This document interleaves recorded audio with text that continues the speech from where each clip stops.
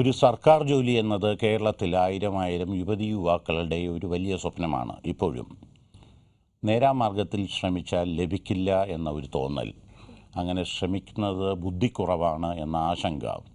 ഈ പശ്ചാത്തലത്തിലാണ് നെടുമങ്ങാട്ട് ചക്രപാണി മാഷ് ഒരു സൗജന്യ പരിശീലന കേന്ദ്രം തുടങ്ങിയത്. അവിടേക്ക് ചെല്ലാം. കണ്ണാടിയുടെ മറ്റൊരു ലേഖത്തിലേക്ക് സ്വാഗതം. Okay, dear friends, give a clap to Shivamaya. സെക്രട്ടേറിയറ്റിലെയും PSCയിലെയും ടൈപ്പിസ്റ്റ് പോസ്റ്റിംഗ് ഓർഡറാണ് കിട്ടിയിട്ടുള്ളത്. 2 എണ്ണം കിട്ടിയിട്ടുണ്ട്. ഇപ്പോൾ ഒരെണ്ണത്തിലേ പോകാൻ പറ്റുമെന്നുള്ളത് സത്യാവസ്ഥയാണ്.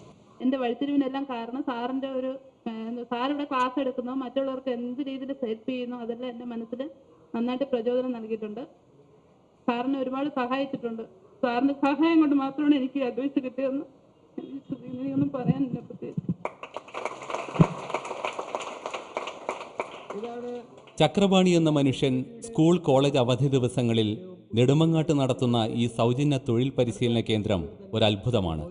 സർക്കാർ ജോലി ലഭിക്കുക എത്ര ബുദ്ധിമുട്ടാണ് എന്ന് കരുതിയിരുന്ന യുവതയ്ക്ക് സർക്കാർ ജോലി എന്തെളുപ്പമാണ് എന്ന് ഈ പരിശീലന കേന്ദ്രം ബോധിപ്പിച്ചു കഴിഞ്ഞിരിക്കുന്നു. ചക്രപാണി മാഷിലൂടെ ജോലി നേടിയവരാണ് ഈ പ്രശസ്തിയുടെ പിന്നിൽ. 2 കുട്ടികൾ പോലീസ് പരീക്ഷയുടെ ഒരു പരിശീലനം തരുമോ എന്ന് ചോദിച്ച് എൻ്റെ വീട്ടിൽ വന്നു. ഇപ്പോൾ 2 പേർക്കും പറഞ്ഞു കൊടുത്തു. കാരണം എനിക്ക് സാക്ഷരതാ പ്രസ്ഥാനമായിട്ടും ജനകീയ ആസൂത്രണ പ്രസ്ഥാനമായിട്ട് ബന്ധമുണ്ടായിരുന്നു. ക്ലാസ്സിലൊക്കെ എടുത്ത് കണ്ടാണ് ഇവർ വന്നത്. അവസാനം 2 കുട്ടികൾക്ക് പറഞ്ഞു കൊടുത്തു. 2000 അവർ പോലീസായി വന്നപ്പോഴത്തേക്ക് പിന്നെ ഇതൊരു മാസ് പ്രസ്ഥാനമായിട്ട് മാറി.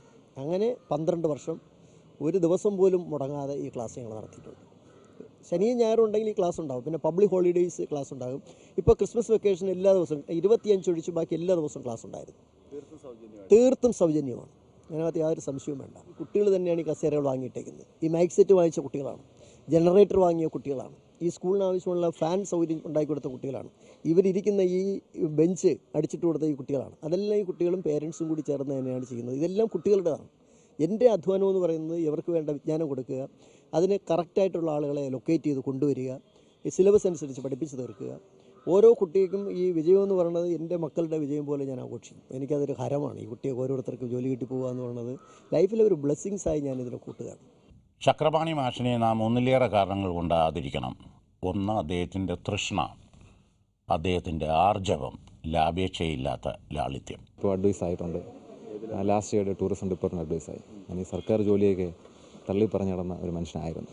കാരണം വെച്ചാൽ ഇത് ഈ ബാലികറ മലയാണെന്നൊരു കിംവദന്തി നമുക്ക് പറയുന്നിരുന്നു. സർക്കാർ ജോലി എന്ന് പറഞ്ഞാൽ സാധാരണക്കാരനൊന്നും കിട്ടുന്നതല്ല, നമുക്കൊരിക്കലും കിട്ടുന്നതല്ല എന്നൊരു സംഭവം ഉണ്ടായിരുന്നു. പക്ഷേ ഇവിടെ വന്ന് കണ്ടപ്പോഴാണ് മനസ്സിലായത് സാറിൻ്റെ ടീച്ചിങ് മെത്തേഡ്. ഒരു തുണ്ട് കടലാസ് പോലും ഇല്ലാതെ രാവിലെ 10 മണി മുതൽ വൈകുന്നേരം 4 മണി വരെ സാറ് ക്ലാസ് എടുക്കും. 12 വർഷം കൊണ്ട് സാർ ഈ പ്രോഗ്രാം ഈ പരിപാടി നടത്തിക്കൊണ്ടിരിക്കുകയാണ്. 2 വർഷമേ ആയിട്ടുള്ളൂ എനിക്ക് സാറിനെ പരിചയപ്പെടാം. നമ്മൾ നേരത്തെ കണ്ടുമുട്ടിയിരുന്നെങ്കിൽ ഒരുപക്ഷെ നേരത്തെ ഞാൻ രക്ഷപ്പെട്ട് പോയേനെ. എനിക്ക് എൽ ഡിയുടെ തിരുവനന്തപുരം മെയിൻ ലിസ്റ്റിൽ 502 റാങ്ക്.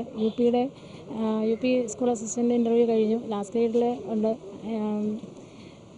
പിന്നെ കണ്ടക്ടർ ലിസ്റ്റിൽ ഉണ്ട്. അങ്ങനെ ഒരുപാട് ലിസ്റ്റിൽ പ്രത്യേകിച്ചും സ്ത്രീകളാണ് ഇവിടെ കൂടുതൽ പഠിക്കാൻ വരുന്നത്. ഞങ്ങളെപ്പോലുള്ളവർ കുടുംബത്തിൽ നിന്നും ഒരുപാട് ബുദ്ധിമുട്ട് അനുഭവിക്കുന്നുണ്ട്. മാനസികമായ ബുദ്ധിമുട്ട്, കുഞ്ഞുങ്ങളെ നോക്കണം, അങ്ങനെയൊക്കെ വരുമ്പോൾ സാമ്പത്തിക ബുദ്ധിമുട്ട്, ഇതെല്ലാം അനുഭവിച്ചാണ് ഞങ്ങളിവിടെ വന്നിരിക്കുന്നത്. ഞങ്ങൾക്ക് ഊർജ്ജം തരിക എന്ന് പറയുന്നതാണ് സാർ ആദ്യം ചെയ്യുന്നത്.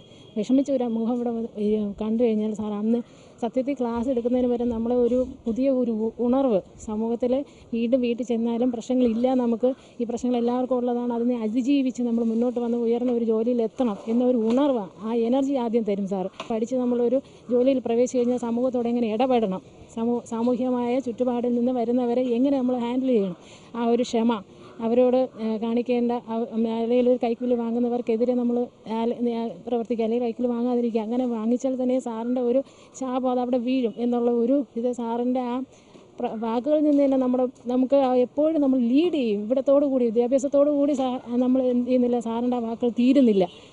ആയുഷ്കാലം, ജീവിത അവസാനം വരെ നമ്മുടെ ആ വാക്കുകൾ നമ്മുടെ പിന്തുടരും. അന്ന് പറഞ്ഞാൽ ഒരു സാമൂഹ്യ പരിഷ്കർത്താവാണ്. നെടുമങ്ങാടിലെ ഈ നൂറ്റാണ്ടിലെ ഏറ്റവും വലിയ സാമൂഹ്യ പരിഷ്കർത്താവെന്ന് പറഞ്ഞാൽ അതിൻ്റെ ചക്രപാണി സാറ് തന്നെയാണ്.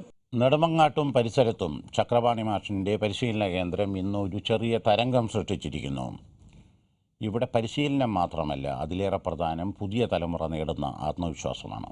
PSC കോച്ചിങ് ഒരു ജോലിക്ക് വേണ്ടി മാത്രമല്ല ഞാനിതിനെ കാണുന്നത്. നമ്മൾ തുടക്കം മുതൽ ഇതിൻ്റെ പ്രവർത്തനങ്ങളുമായി സഹകരിക്കുന്നുണ്ട്.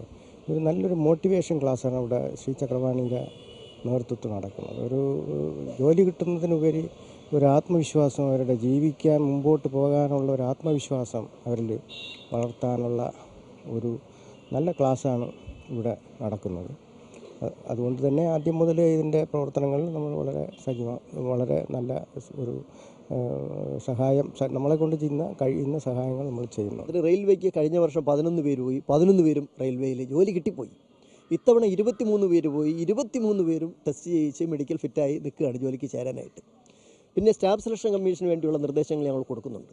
പ്രധാനമായിട്ടും കേരളത്തിലുള്ള ലാസ്റ്റ് ഗ്രേഡ് മുതൽ ഡെപ്യൂട്ടി കളക്ടറോടുള്ള പരീക്ഷയ്ക്ക് ഈ ക്ലാസ് ഗുണം ചെയ്യും. ഇതൊരു മാസ് വിദ്യാഭ്യാസമാണ്. ഇവിടെ എല്ലാ വിഷയങ്ങളും സവിസ്തരമായി ചർച്ച ചെയ്യും. ചോദ്യപേപ്പർ വായിച്ച് ഉത്തരം പറയലല്ല, ഗൈഡ് വായിക്കലല്ല. ഗൈഡൊന്നും ഞങ്ങൾ തുടർന്ന പ്രശ്നമേ ഇല്ല.